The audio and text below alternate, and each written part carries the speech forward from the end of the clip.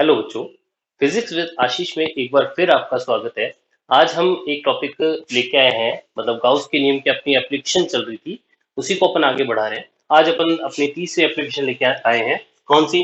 एक समान रूप से आवेशित गोलीय कोश के कारण विद्युत क्षेत्र की तीव्रता। यहाँ पे देखो, एक ब्रैकेट में मैंने लिखा है चालक गोला।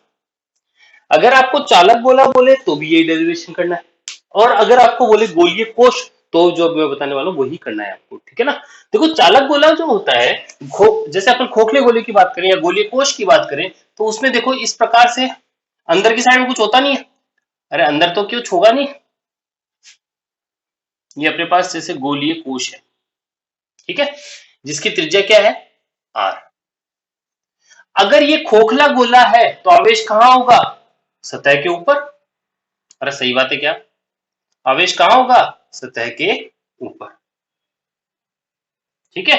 और अगर ये खोखला चालक गोला है, भाई खोखला गोला है तो आवेश और कई जगह ही नहीं रखने, यानी कि तो सतह पे पड़ेगा। अगर चालक गोला है तो चाहे ठोस भी क्यों ना हो, ठोस गोला होगा तो भी आवेश कहां होंगे? सतह पर। आप सबको पता है, जब चालक होती है कोई वस्तु, तो चालक पृष्ठ के सतह पर आवेश चला जाता है।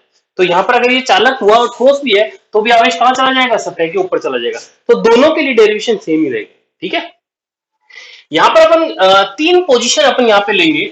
पहली पोजीशन तो है क्या? जब जब अभिष्ट बिंदु गोले के बाहर स्थित हो, गोले के बाहर स्थित हो। मतलब क्या हुआ भाई? जब अभिष्ट बिंदु गोले के बाहर स्थित हो, मतलब small r is greater than capital R. मतलब क्या है भैया? कैपिटल आर था अपने पास गोले की त्रिज्या, ठीक है, और स्मॉल आर क्या है? स्मॉल आर है यहाँ पर जो हम लोग गाउशियन सरफेस कंसीडर करेंगे, या फिर ऐसे मान लें कि जो बिंदु अपन कंसीडर करेंगे, पी बिंदु अपन, जहां पे अपन को विद्युत क्षेत्र की तीव्रता का मान निकाल, मान लो ये है वो बिंदु। कौन सा बिंदु? कहां मान लिया? मान लो यहां मान लेते हैं, इस जगह ये पी बिंदु है। इस पी बिंदु, ये अभिष्ट बिंदु हुआ, और इस अभिष्ट बिंदु पर अपन को विद्युत क्षेत्र की तीव्रता का मान ज्ञात करना है। तो इसके लिए मुझे सबसे पहले क्या करना पड़ेगा? Gaussian surface. आपको याद हो गाउस के नियम की एप्लीकेशन चल रही है, 5 पॉइंट वही रहेंगे। कौन सा? पहला है क्या? पहला है विद्युत क्षेत्र की दिशा, दूसरा है गाउशियन सरफेस, तीसरा है क्या? फ्लक्स की परिभाषा, चौथा क्या होगा? जल्दी बोलो, चौथा कौन सा होगा? अरे गाउस का नियम, और पांचवा क्या होगा? दोनों की तुलना। ये 5 पॉइंट होंगे, ठीक है ना। इन 5 पॉइंटों की हेल्प से अपन ये डेरिवेशन करने वाले हैं। तो सबसे पहले मैंने कहा अभिष्ट बिंदु ये रहा। तो अभिष्ट बिंदु से अगर मैं ये कहूं कि ये गोला है, इसके कारण विद्युत क्षेत्र की तीव्रता की दिशा कहां होगी? मैंने कहा इसी प्रकार होगी। क्या भाई? जिस बिंदु पर अपन को विद्युत क्षेत्र की तीव्रता का मान ज्ञात करना होता है, उस बिंदु पर हम लोग एक आवेश कंसीडर करते हैं, जिसको क्या बोलते हैं? Unit positive charge. तो यहाँ मन ही मन में एक एकांक धनावेश यूनिट पॉजिटिव चार्ज मैं कंसीडर कर लेता हूं, जिसको अपन परीक्षण आवेश भी कहते हैं। कर लिया। अब मैंने कहा ये प्लस आवेश है और ये भी प्लस, अगर एकांक धनावेश है तो दोनों के मध्य प्रतिकृष्ण होगा, विद्युत क्षेत्र की दिशा ये आ गई। बोलो कोई दिक्कत है क्या? तो मैंने पहला पॉइंट कर चुका हूं, ये विद्युत क्षेत्र की तीव्रता की दिशा आ गई। अब क्या करूंगा? गाउसियन सतह बनाऊंगा। गाउसियन सतह कैसी होगी? मैंने कहा, आपको पहले भी बताया था मैंने, कि अगर गोला है, अगर सतह कैसी है? गोलाकार है, तो इसके लिए गाउसियन सरफेस भी कैसी बनेगी? गोलाकार ही बनेगी। तो ये अपनी गाउसियन सरफेस बन गई इसके चारों तरफ। बोलो समझ में आ रहा है कि नहीं आ रहा? तो ये गाउसियन सरफेस बन गई, और इस सरफेस के ऊपर एक मैंने अल्पांश कंसीडर कर लिया, एक छोटा सा अल्पांश। दिखने में आपको चाहे बड़ा लग रहा हो, लेकिन है बड़ा छोटा सा ही। इस अल्पांश की अगर मैं आपको दिशा बताऊं तो सतह के लंबवत ही होगी इसकी दिशा भी, यानी डीएस की दिशा भी किधर होगी? इधर ही तो होगी। अरे समझे कि नहीं समझे भाई? ये पृष्ठ अगर मैं ले रहा हूं तो पृष्ठ की दिशा पृष्ठ के अभिलंबत होती है। क्षेत्रफल एक सदिश राशि अगर छोटा लेते हैं तो क्षेत्रफल एक सदिश राशि है जिसकी दिशा सतह के लंबवत होती है, जो कि मैंने दिखा दिया। यानी यहाँ पे ई और डीएस दोनों क्या होंगे? पैरेलल होंगे। तो यहाँ पर सबसे पहले अपन को दो लाइनें लिखनी पड़ेगी जो अपन को दिया हुआ है। देखो क्या दिया हुआ है हमें, एक कैपिटल आर। देखो तुम लोग आराम से पॉज करके लिख लेना, मैं बोल रहा हूं। यहां हमें कैपिटल आर त्रिज्या का एक गोलीय कोश दिया हुआ है। अगर चालक गोला बोले तो चालक गोला दिया हुआ है, ठीक है, जिस पर आवेश जो है इसके सतह पर मौजूद है। उसका मान अगर मान लो क्यू दे रखा है तो लिख देना उसका आवेश कितना है? क्यू है। क्यू आवेश जो है इसकी सतह पर एक समान रूप से वितरित है। इसके हमें गोले से बाहर एक स्थित बिंदु पर, स्मॉल आर दूरी पर स्थित एक बिंदु पर पी जो है, कौन सा बिंदु है? पी। इस पी बिंदु पर विद्युत क्षेत्र की तीव्रता का मान हमें ज्ञात करना है। जिस बिंदु पर हमें विद्युत क्षेत्र की तीव्रता का मान ज्ञात करना होता है वहां हम एक परीक्षण आवेश यूनिट पॉजिटिव चार्ज कंसीडर करते हैं, यानी कि एकांक धनावेश को मानते हैं। तो उसके कारण विद्युत क्षेत्र की तीव्रता की चित्रानुसार हमें ई वेक्टर प्राप्त होती है। अब हम इस पर गाउसियन सरफेस की कंसीडर करते हैं, मतलब कि गाउसियन सरफेस लेते हैं और वो कैसा होगा, चित्रानुसार गोलाकार ही होगा। अब इस पृष्ठ के ऊपर एक अल्पांश लिया जाता है ds। अल्पांश क्या लिया, एक छोटा सा अल्पांश मैंने ds ले लिया, जिसकी दिशा भी सतह के लंबवत होगी, जो कि E के समानांतर ही होगी। बोलो कोई दिक्कत? इतनी थ्योरी आप लोग लिख दोगे, 3-4 लाइनें बढ़ जाएंगी इसमें। ठीक है, ठीक है।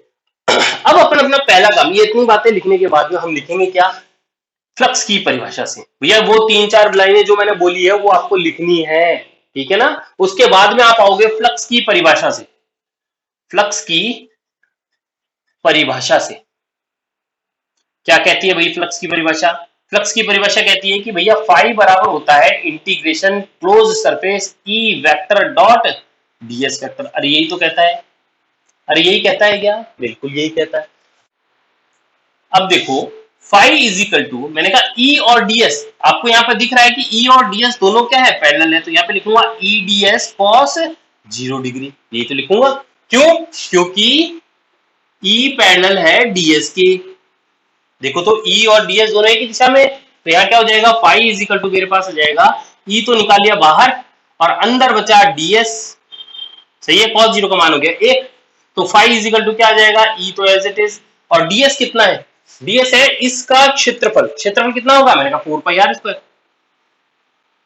कितना होगा, 4 पाई आर स्क्वायर।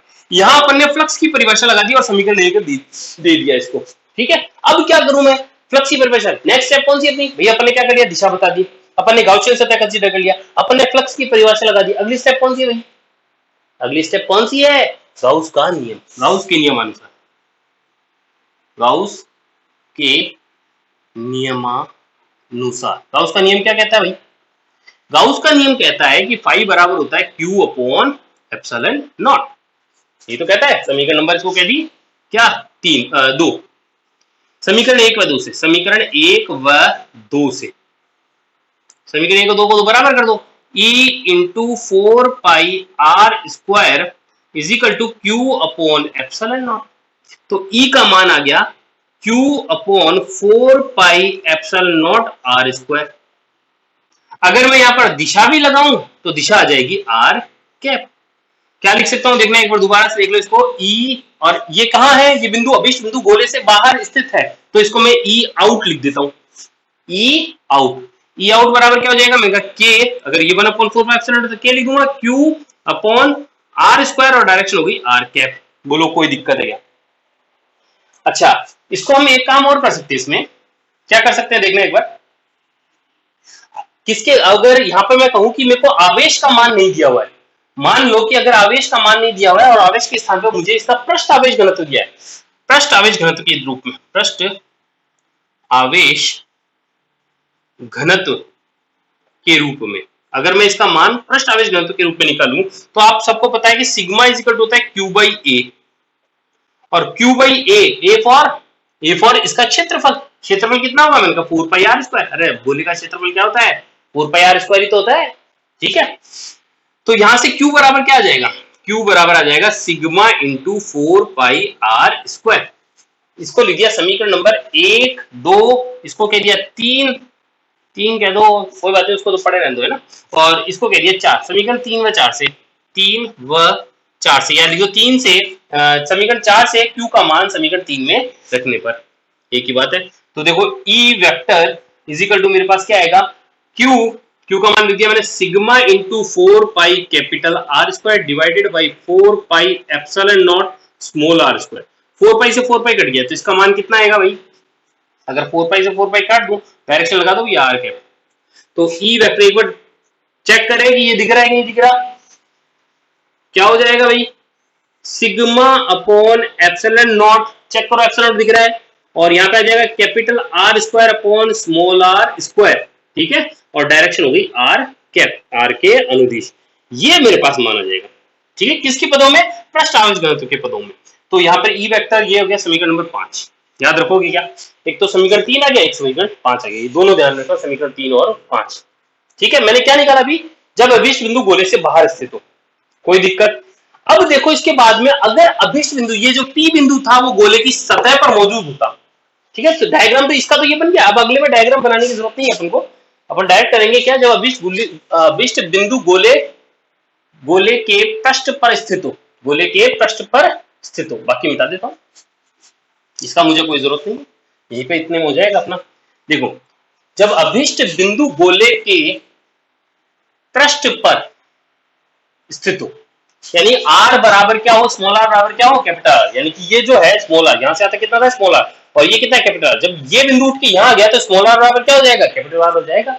अरे बोलो हाँ ठीक है, तो यहाँ पे स्मॉल आर बराबर कैपिटल आर, तो लिख देंगे अपन स्मॉल आर बराबर कैपिटल आर, समीकरण 3 व 5 में रखने पर, समीकरण या ऐसे लिख दो, समीकरण 3 व 5 में स्मॉल आर बराबर कैपिटल आर रखने पर, समीकरण 3 व 5 में स्मॉल आर बराबर कैपिटल आर रखने पर, बोलो कोई दिक्कत। जब हम रखते हैं तो क्या आता है, देखो भाई ई वेक्टर अगर अपन क्यू के पदों में निकाले तो देखो क्या आ जाएगा, Q upon 4 pi epsilon naught r square, ठीक है। अब डायरेक्शन आर कैप लिखोगे तो यहाँ पे वैसे स्मॉल आर नहीं लिख दो, वैसे तो कोई बात नहीं, आर कैप या एन कैप भी लिख सकते थे आप लोग, ठीक है ना। यहाँ पे क्या लिख सकते थे, एन कैप भी लिख सकते हो। एन कैप क्या होगा, सतह के लंबवत, ठीक है, ये हो गया। या स्क्वायर से लिख दो के Q divided by are square direction r cap, बोलो कोई दिक्कत है क्या इसमें, याद रह जाएगा कि, ठीक है। अब इसके बाद में अगर आपको कहे समीकरण 5 में रखे तो ई, ये आउट है भैया, ये तो है ई आउट, ये तो क्या था ई आउट, और यहां जो निकाला वो ई सरफेस निकाला है, सतह पर निकाला है, तो इसको अब लिख देंगे ई एस, किसके पदों में, सिग्मा के पदों में, यानी कि पृष्ठ आवेश घनत्व के पदों में। तो यहाँ पे भी मैं क्या करूँ, स्मॉल आर बराबर कैपिटल आर रखूंगा तो ये दोनों कैंसिल आउट हो जाएंगे, तो ई एस बराबर आ जाएगा सिग्मा अपॉन एप्सिलॉन नॉट, और यहाँ पे मैं लिख देता हूँ एन कैप, या आप आर कैप लिखो, लेकिन आर कैप इस फॉर्मूले में नहीं है तो लिखना थोड़ा सा अजीब लगता है, तो यहाँ पे मैंने एन कैप लिख दिया, ठीक है। कोई दिक्कत है भैया, अरे कोई दिक्कत है क्या, ठीक है। अब मुझे निकालना है सतह के अंदर, कहां निकालना है, सतह के अंदर। देखो एक तो ये मान मैं मिटा नहीं रहा हूं, ठीक है, इसकी मुझे आगे लास्ट में जरूरत पड़ेगी, और ये मेरे पास आई गया। अब देखो ये मान जो है वो स्मॉल आर पर डिपेंड नहीं करता, ये मान जो है वो आर पर डिपेंड नहीं करता, ठीक है ना, यानी कि नियत एक तरीके से, क्या है, नियत, ठीक है। इसके बाद देखो इस गोले का भी मुझे फिलहाल कोई काम नहीं रहा। अब मैं क्या ले रहा हूं, अभीष्ट बिंदु जब गोले के अंदर स्थित हो, गोले के अंदर स्थित हो, यानी कि क्या कहा मैंने, जब पहले डायग्राम बना के दिखाता हूं आपको। जब ये तो हो गया अपने पास क्या, गोला, ये गोला हो गया, जहां आवेश कहां था, सतह पर था, ठीक है। और अभीष्ट बिंदु अब कहां है, गोले के अंदर स्थित है, बाहर नहीं है, गोले के अंदर स्थित। तो ये था कैपिटल आर त्रिज्या का, ये कैपिटल आर त्रिज्या गोला था, ठीक है। अब अभीष्ट बिंदु मान लो मैंने ले लिया यहां ले लिया स्मॉल आर दूरी पे। ऐसी कंडीशन में इसके लिए क्या बनाऊंगा, गॉसियन सरफेस बनाऊंगा, ये गॉसियन सरफेस तो ये बन गया। अब यहां देखो गॉसियन सरफेस के अंदर कोई आवेश मौजूद नहीं है, क्यू बराबर 0 है, भैया बाहर आवेश, तो इस गॉसियन सतह के अंदर तो कोई आवेश ही नहीं है। तो ऐसी कंडीशन में अपन क्या लिखेंगे भैया, एक तो लिख देते हैं हेडिंग, जब अभीष्ट बिंदु गोले के अंदर भीतर स्थित हो, यानी कि स्मॉल आर जो है छोटा है किससे, कैपिटल आर से, ठीक है। ये बिटा दे रहा हूं, याद रखना है कांस्टेंट है, यह inversely proportional to are square है। यहाँ पे क्या है, ई आउट क्या है मेरे पास, inversely proportional to are square, ठीक है, ये कांस्टेंट है।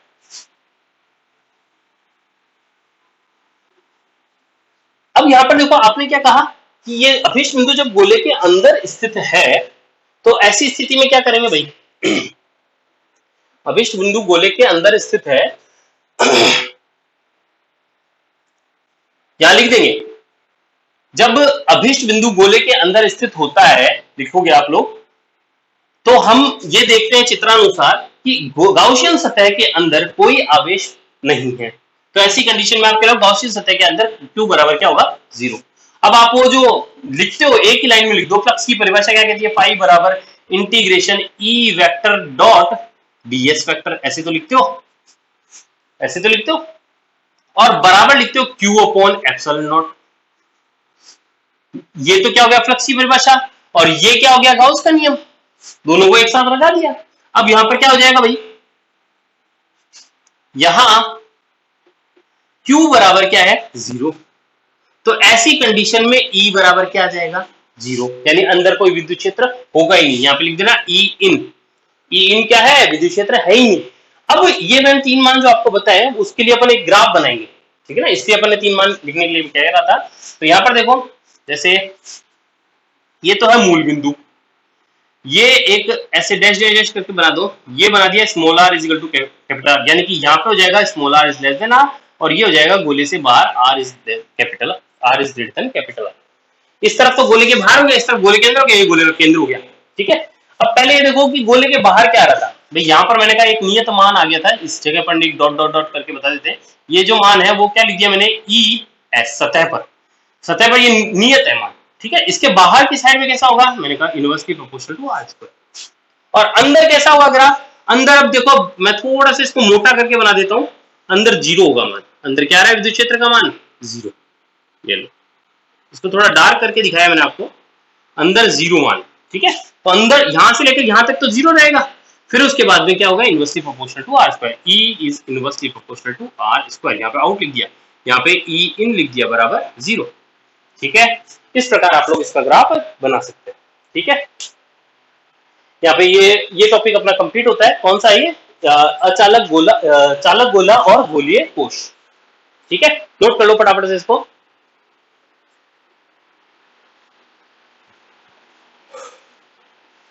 कर लिया आपने, वेरी गुड। अब इसके बाद में देखो,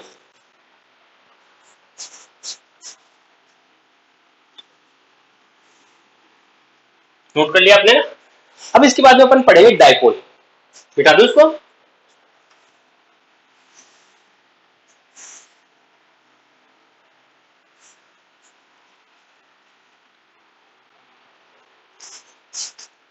द्विध्रुव, द्विध्रुव, ध्रुव ऐसे लिखते होंगे, डायपोल, द्विध्रुव की बात करूं, ध्रुव। द्विध्रुव किसे कहते हैं भाई, दो समान परिमाण के आवेश परंतु प्रकृति विपरीत हो, दो एक जैसे आवेश लेकिन एक प्लस और एक माइनस हो, एक दूसरे से अत्यल्प दूरी पर स्थित हो, तो इस निकाय को हम लोग क्या कहते हैं, द्विध्रुव कहते हैं। क्या कहा मैंने कहा एक तो है जैसे मान लो माइनस क्यू, और एक है प्लस क्यू, ये एक दूसरे से बहुत ही कम दूरी पे, मान लो मैंने यहाँ पे लिख दिया 2a दूरी है, 2a दूरी ले ली, तो ये अगर, और ये बहुत ही कम दूरी है ना, देखो आपको मैं बता दूं द्विध्रुव जो है वो ऐसे हवा में चलते फिरते नहीं पाए जाते, ये कहाँ होते हैं, एटम के अंदर होते हैं, समझ रहे हो, एटम के अंदर होते हैं। एटम के अंदर बोल दो या पदार्थ के अंदर होते हैं, तो पदार्थ बहुत ही छोटा होता है, अणुओं के अंदर होते हैं ना, तो ये बहुत ही कम मतलब पास पास होते हैं, ठीक है। अब इस निकाय को क्या कहते हैं, द्विध्रुव कहते हैं, इस निकाय को क्या कहते हैं, द्विध्रुव। और द्विध्रुव का क्या होता है, द्विध्रुव आघूर्ण होता है, क्या होता है भाई, द्विध्रुव आघूर्ण, डायपोल मोमेंट, क्या बोलते हैं इसको, डायपोल मोमेंट, ठीक है। इसको कैपिटल पी से या पी से रिप्रेजेंट कर देंगे हम लोग, स्मॉल पी से भी कर देते हैं, कोई बात नहीं, पी से रिप्रेजेंट करते हैं, किससे रिप्रेजेंट करते हैं, पी से, डायपोल मोमेंट को पी से रिप्रेजेंट करते हैं। किसे कहते हैं, मैंने कहा द्विध्रुव आघूर्ण किसे कहते हैं, मैंने कहा जो द्विध्रुव है अपने पास निकाय तंत्र है, minus Q plus Q charge एक दूसरे से 2a दूरी पे स्थित है, तो ऐसी स्थिति में द्विध्रुव आघूर्ण का मान उन आवेश के परिमाण तथा या उन आवेश व उन दोनों आवेशों के मध्य की दूरी के गुणनफल को द्विध्रुव आघूर्ण कहा जाता है। समझ गए क्या, क्या कहा मैंने कहा द्विध्रुव आघूर्ण किसे कहते हैं, मैंने कहा आवेश मतलब द्विध्रुव के किसी आवेश व उनके मध्य की दूरी के गुणनफल को क्या कहते हैं, द्विध्रुव आघूर्ण कहते हैं। यह एक सदिश राशि है, कैसी राशि है भाई, सदिश राशि, यह एक सदिश राशि है, ठीक है। सदिश राशि है तो इसकी दिशा क्या होगी, इसकी दिशा होती है माइनस क्यू से प्लस क्यू की तरफ, कहां होती है, माइनस क्यू से प्लस क्यू की तरफ, माइनस क्यू आवेश से प्लस क्यू आवेश की तरफ, ये इसकी दिशा होती है। यह एक सदिश राशि है, इसकी दिशा माइनस क्यू आवेश से प्लस क्यू आवेश की ओर होती है। ये इस तरफ होगी पी की दिशा, याद रख लोगे। ठीक है, इसका मात्रक क्या होता है? मैंने कहा देखो ये तो है आवेश, आवेश का मात्रक होता है कूलम। क्या होता है? कूलम। और ये क्या है? 2a दूरी, यानी कि ये हो गया मीटर। तो इसका मात्रक क्या होता है? Coulomb into metre. याद रख लोगे, ये द्विध्रुव के आगे बारे में आपको मैंने बताया, कर लोगे।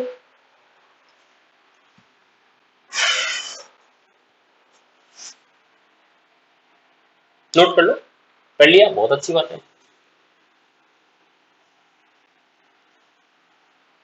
अब देखो यहाँ पे अपन द्विध्रुव के लिए विद्युत क्षेत्र की तीव्रता का मान निकालेंगे। Intensity of electric field due to a dipole. क्या? द्विध्रुव के कारण, द्विध्रुव के कारण विद्युत क्षेत्र की तीव्रता, विद्युत क्षेत्र की, इंपॉर्टेंट टॉपिक, बहुत इंपॉर्टेंट टॉपिक है ये। वैसे तो अभी ये गाउस के नियम ज्यादा चल रहा है, वहां से सारे टॉपिक इंपॉर्टेंट है। द्विध्रुव के कारण विद्युत क्षेत्र की तीव्रता। अब यहां पर देखो इसके लिए 2 पॉइंट किए जाते हैं। पहला पॉइंट तो अक्ष पर और दूसरा पॉइंट होता है निरक्ष पर। द्विध्रुव की अक्ष पर व द्विध्रुव के निरक्ष पर। पहली बात तो अक्ष किसे कहते हैं? जैसे अभी मैंने बताया था कि ये तो है माइनस क्यू आवेश और ये है प्लस क्यू आवेश। तो इन दोनों आवेशों को मिलाने वाली रेखा जो होती है वो क्या कहलाती है? अक्षीय रेखा कहलाती है। क्या कहलाती है? अक्षीय रेखा। और इन द्विध्रुव, ये जो द्विध्रुव है उसके केंद्र बिंदु से, उसके केंद्र बिंदु से उसके लंबवत गुजरने वाली रेखा को बोलते हैं निरक्षीय रेखा। क्या बोलते हैं? निरक्षीय रेखा। तो अब हम यहाँ पे क्या करेंगे? द्विध्रुव आघूर्ण के विद्युत क्षेत्र की तीव्रता निकालेंगे। पहला तो निकालेंगे अक्षीय स्थिति पर, दूसरा निकालेंगे निरक्षीय स्थिति पर। आज अपन एक ही करेंगे, और कौन सा करेंगे? अक्षीय स्थिति पर निकालेंगे। कौन सी स्थिति पर? अक्षीय स्थिति पर। देखो सबसे पहले अपन द्विध्रुव आघूर्ण का, द्विध्रुव के कारण विद्युत क्षेत्र की तीव्रता निकालें, और कौन सी स्थिति पर? अक्षीय स्थिति पर। मैं डायग्राम बनाता हूं पहले कि भैया ये तो है माइनस क्यू, थोड़ा ऊपर बना लेता हूं।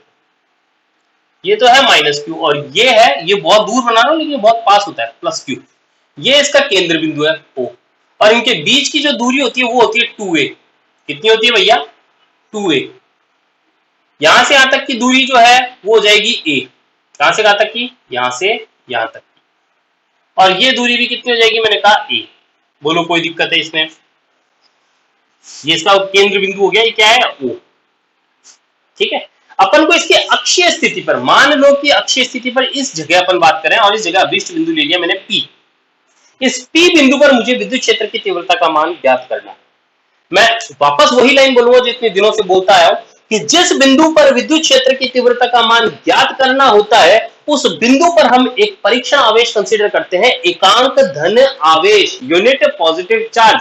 तो इस P बिंदु पर मन ही मन में एक एकांक धनावेश कंसीडर कर लो। कर लिया कंसीडर, मतलब मान लो। तो यहां पर अपने मान लिया, अंदर ही अंदर, मन ही मन मान लिया। अब देखो इस प्लस क्यू आवेश से इस बिंदु पर अगर कोई विद्युत क्षेत्र की तीव्रता की दिशा पूछे तो आप बताओ क्या आएगी? मैंने कहा इस तरफ आएगी। किस तरफ आएगी? इस तरफ, क्योंकि प्लस आवेश प्लस, तो ये प्लस प्रतिकर्षित होगा और ये इधर जाएगा। ठीक है क्या? और इसी प्रकार माइनस क्यू आवेश जो है वो इसको क्या करेगा? अट्रैक्ट करेगा। इसके कारण विद्युत क्षेत्र की तीव्रता की दिशा होगी E2 बोल दिया मैंने मान, और उसकी दिशा होगी विपरीत दिशा में।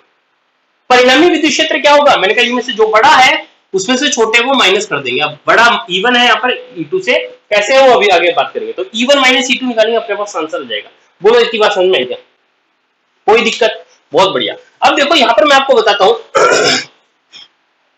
कि ये जो बिंदु O है, इस बिंदु O से अभिष्ट बिंदु P की जो दूरी दे रखी है वो है कितनी? R। ये अपन को दिया हुआ है। ठीक है, तो ऐसी स्थिति में मुझे बताओ प्लस क्यू से, यानी कि इसको नाम देता हूं A का, इसको देता हूं B का, तो B से इसकी दूरी कितनी होगी? मैंने कहा यहां से यहां तक R है, यहां से यहां तक R है, और R में से अगर A को माइनस कर दूंगा तो ये आ जाएगी क्या? देखना, तो ये क्या दूरी आएगी? R minus A। किसी का दिक्कत है तो बोलो भैया। ठीक है, इसी प्रकार मैंने कहा बताओ इस A बिंदु से इसकी दूरी कितनी होगी? मैंने कहा लो अभी बताते हैं। मैंने कहा यहां से यहां तक तो R है, अरे यहां से यहां तक तो कितनी है? R, और इसमें A जोड़ दो तो ये कितनी हो जाएगी? R plus A। बोलो कोई दिक्कत है क्या भैया? समझ में आ गया? बहुत अच्छी बात।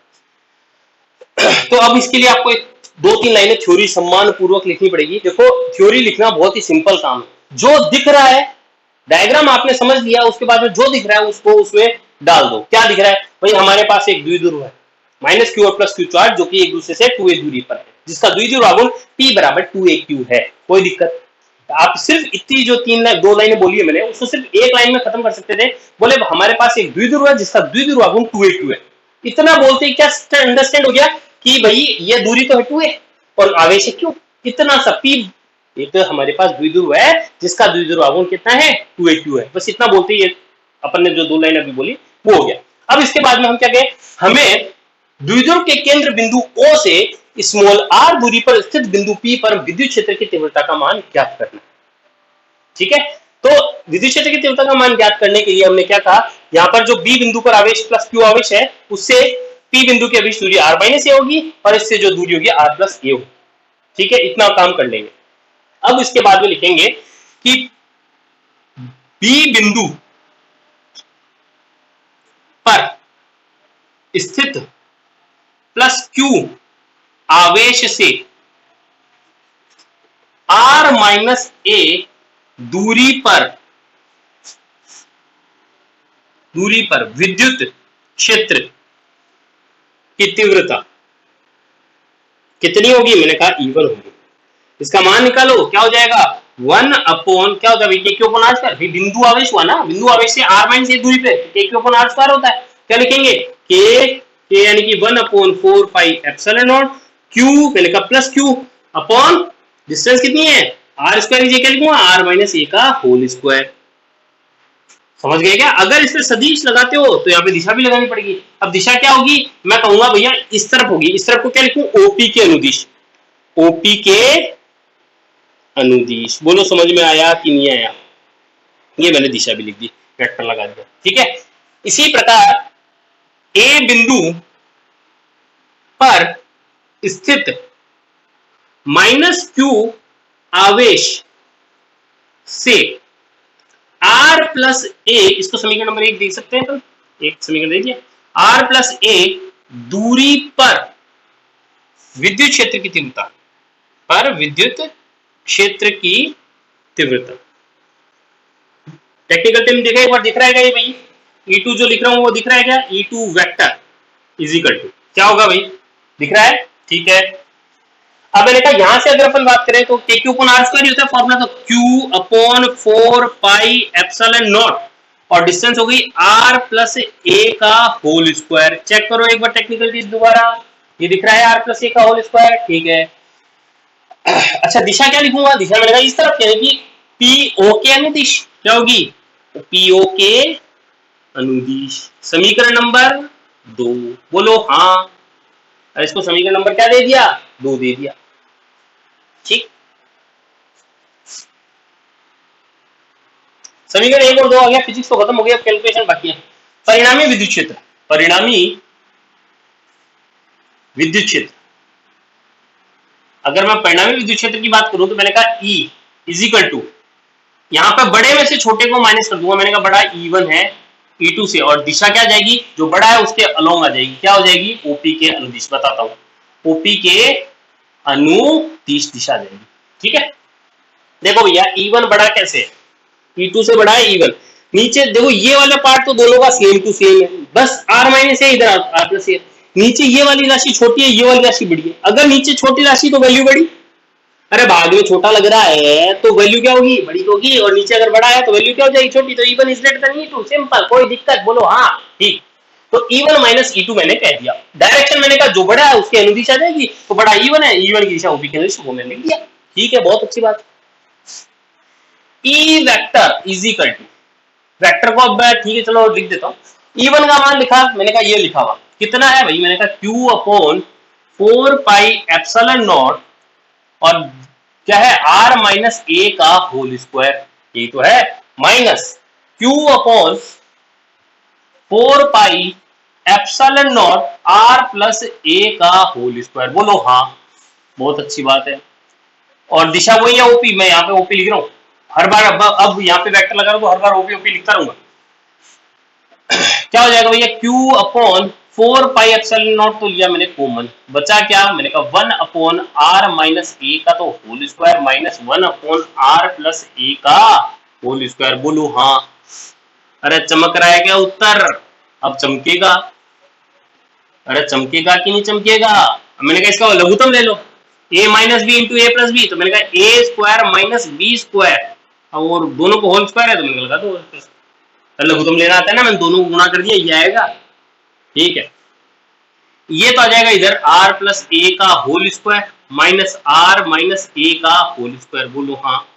थोड़ा सॉल्व कर लेते हैं, गणित बच्ची अब कुछ नहीं है भैया, फिजिक्स तो मैंने बता दिए, अब तो सिंपल सिंपल जो होती है मैथमेटिक्स वो अपन लोग कर लेंगे। क्या हो जाएगा, आर स्क्वायर माइनस ए स्क्वायर का होल स्क्वायर, और यहाँ लिख देंगे r square plus A square plus 2r a। अरे यही तो होता है, इसका होल स्क्वायर होता है कि नहीं होता है, यही होता है।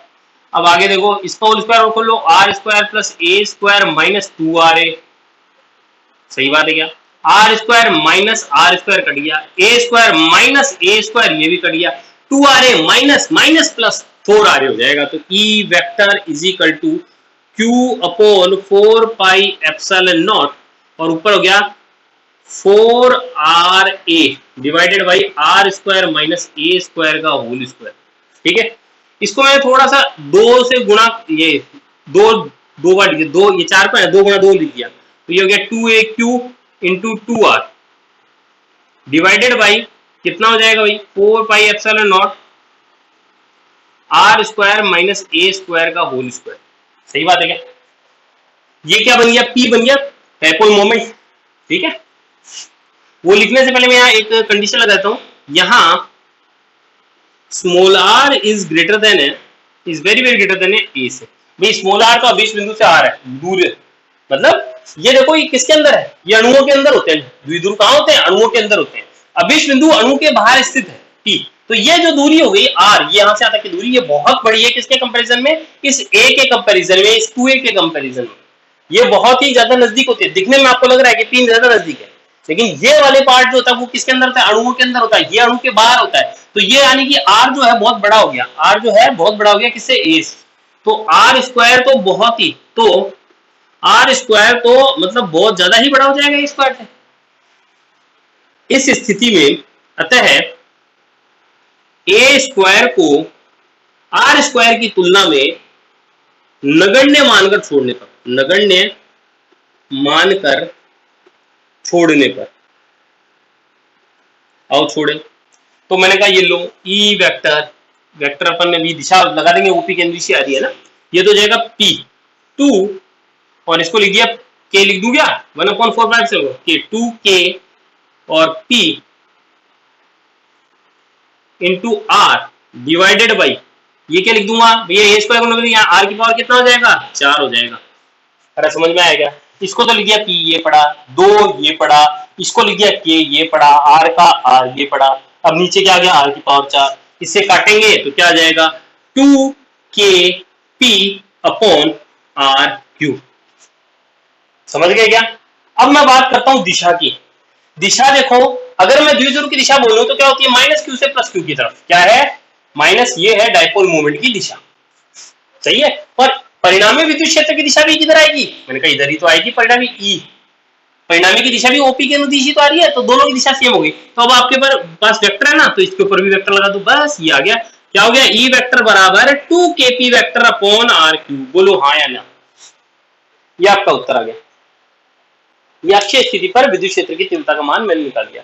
कई बार प्रश्न ये पूछा था कि भैया ये द्विध्रुव आघूर्ण के लिए विद्युत क्षेत्र का मान किस प्रकार, r पर किस प्रकार निर्भर करता है, तो E is proportional to r की power 3, sorry E is inversely proportional to r की पावर 3, इनवर्सली व्युत्क्रमानुपाती होता है r की पावर 3 के।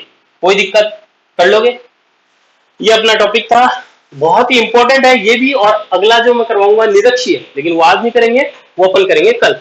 ठीक है, आपको समझ में आ गया होगा, नोट कर सकते हैं।